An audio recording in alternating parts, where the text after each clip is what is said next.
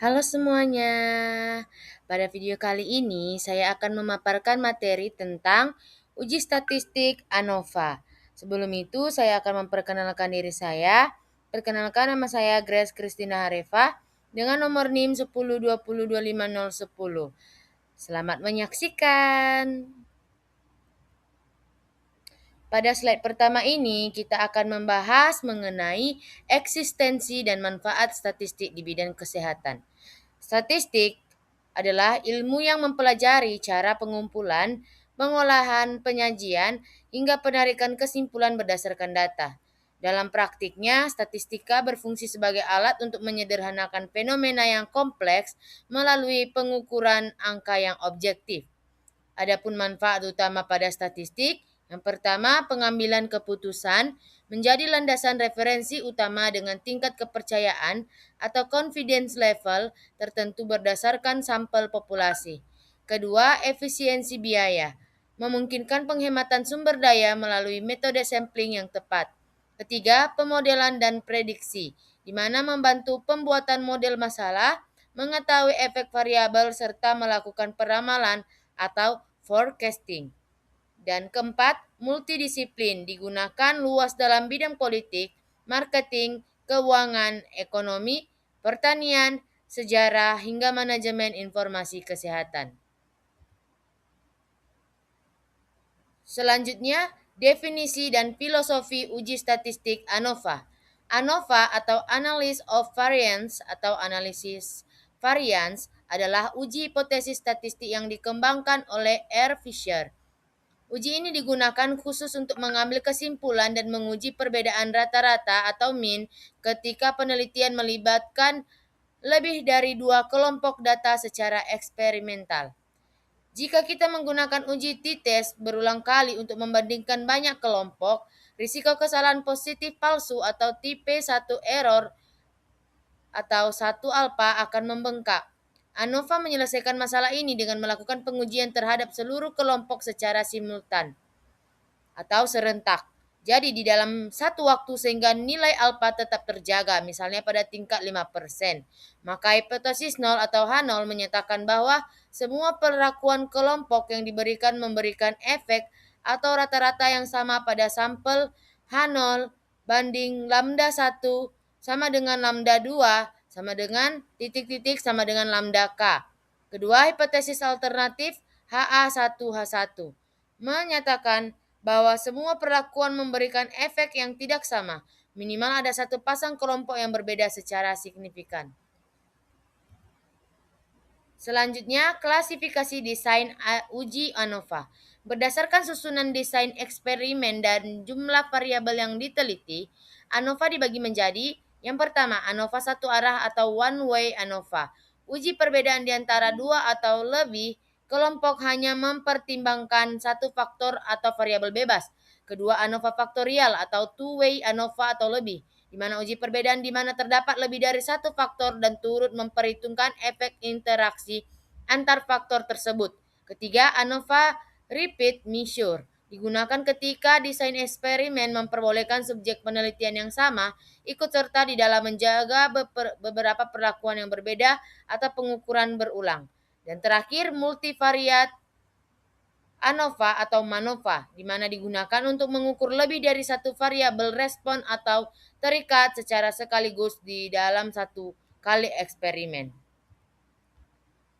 Adapun syarat utama dalam penggunaan uji ANOVA atau uji asumsi agar hasil penarikan kesimpulan ANOVA bersifat valid dan tidak bias, data wajib memenuhi 3 asumsi klasik. Yang pertama, independensi observasi. Setiap sampel atau nilai observasi di dalam analisis harus bersifat independen atau berdiri sendiri dan tidak saling memengaruhi antar kelompok. Kedua, normalitas, di mana data yang dianalisis pada masing-masing kelompok harus terdistribusi secara normal. Ketiga, homogenitas, varians, di mana varians atau sebaran data antara kelompok yang dibandingkan harus sama atau homogen.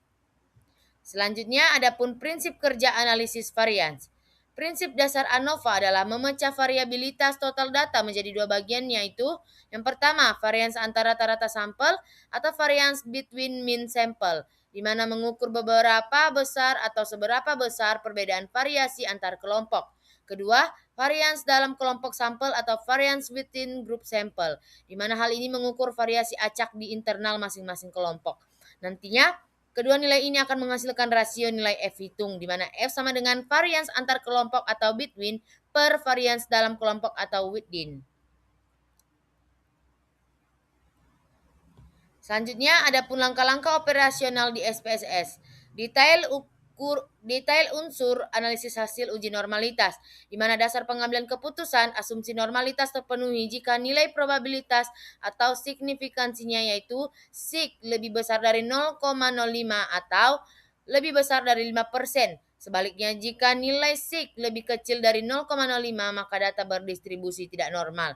Maka hasil analisis kelompok, yang pertama kelompok 4, B dan 5, nilai sig-nya yaitu Shapiro-Wilk sama dengan 0,685 lebih besar dari 0,05, maka itu normal. Kedua, kelompok 1, B dan X, nilainya sig Shapiro-Wilk sama dengan 0,154 lebih besar dari 0,05, maka normal. Dan seterusnya begitu juga. Sehingga tibalah kita pada soal latihan. Sebelum ke soal latihan, kita akan memberikan kesimpulan pada materi yang telah kita paparkan, di mana secara teoritis dapat disimpulkan bahwa ANOVA merupakan uji statistik parametrik simultan yang efektif untuk membandingkan rata-rata lebih dari dua kelompok sekaligus tanpa menaikkan risiko tipe 1 error. Penerapan teori ini pada studi kasus kami membuktikan bahwa seluruh kelompok data telah memenuhi asumsi klasik berdistribusi normal, sehingga struktur varians antar kelompok between dan varians dalam kelompok within yang dianalisis menghasilkan kesimpulan yang valid, yaitu tidak adanya perbedaan performa yang signifikan di antara seluruh subjek penelitian. Baik, selanjutnya kita masuk pada soal latihan. Soal yang pertama, sebuah penelitian di bidang manajemen informasi kesehatan ingin membandingkan rata-rata waktu tunggu pelayanan rekam medis di 4 poliklinik yang berbeda. Alasan utama peneliti tersebut memilih menggunakan uji ANOVA dibandingkan melakukan uji t-test secara berulang, yaitu pasangan demi pasangan adalah A. Uji ANOVA menghasilkan nilai rata-rata yang lebih akurat dibandingkan t-test. B. Melakukan uji t-test berulang-ulang akan meningkatkan risiko kesalahan tipe 1 atau tipe 1 error alpha. C. Uji ANOVA tidak memerlukan syarat asumsi normalitas data seperti pada uji t-test. D. Uji t-test hanya bisa digunakan jika jumlah sampel antar kelompok yang dibandingkan itu sama. E. Uji ANOVA mampu membandingkan variabel dependen yang memiliki skala data nominal. Kunci jawabannya adalah B. Jika melakukan uji t-test secara terpisah dan berulang-ulang untuk membandingkan lebih dari dua kelompok, nilai tingkat kesalahan atau alpha akan membengkak atau mengalami inflation. ANOVA dirancang oleh R. Fisher untuk menguji seluruh kelompok secara simultan atau serentak dalam satu waktu sehingga nilai alpha tetap terjaga pada tingkat yang diinginkan, misalnya 5%. Soal yang kedua, dalam menguji uji ANOVA satu arah atau one way ANOVA, diketahui jumlah kelompok yang diteliti K adalah 4 kelompok dengan masing-masing kelompok berisi 5 materi ujian sampel N sama dengan 5.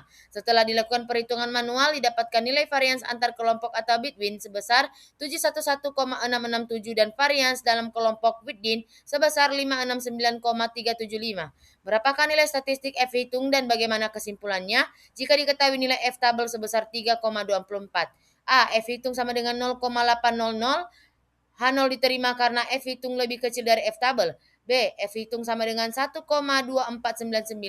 H0 ditolak karena F hitung lebih besar dari F tabel. C. F hitung sama dengan 1,2499. H0 diterima karena F hitung lebih kecil dari F tabel. D. F hitung sama dengan 0,800. H0 ditolak karena F hitung lebih kecil dari F tabel. E. F hitung sama dengan 4,000.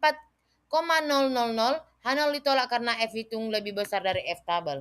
Kunci jawabannya adalah C, di mana nilai statistik F hitung dihitung dengan rumus membagi varians antar kelompok dengan varians data kelompok. Maka F sama dengan varians between per varians within sama dengan 711,667 per 569,3075 menghasilkan 1,2499.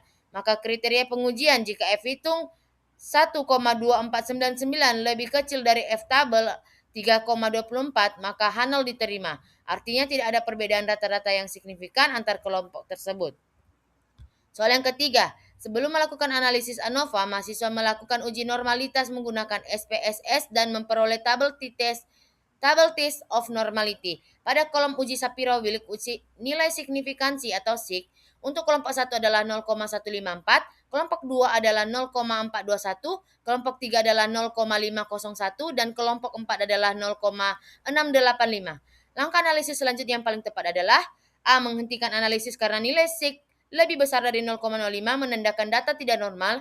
B. Melanjutkan ke uji ANOVA karena seluruh kelompok memiliki nilai SIG lebih besar dari 0,05 yang berarti asumsi normalitas terpenuhi. C. Melakukan transformasi data ke bentuk logaritma karena data belum homogen. D. Beralih menggunakan uji non-parametrik Kruskal-Wallis karena data terdistribusi normal. Dan E. Melakukan uji lanjut atau post-hoc test tanpa perlu melakukan uji ANOVA lagi.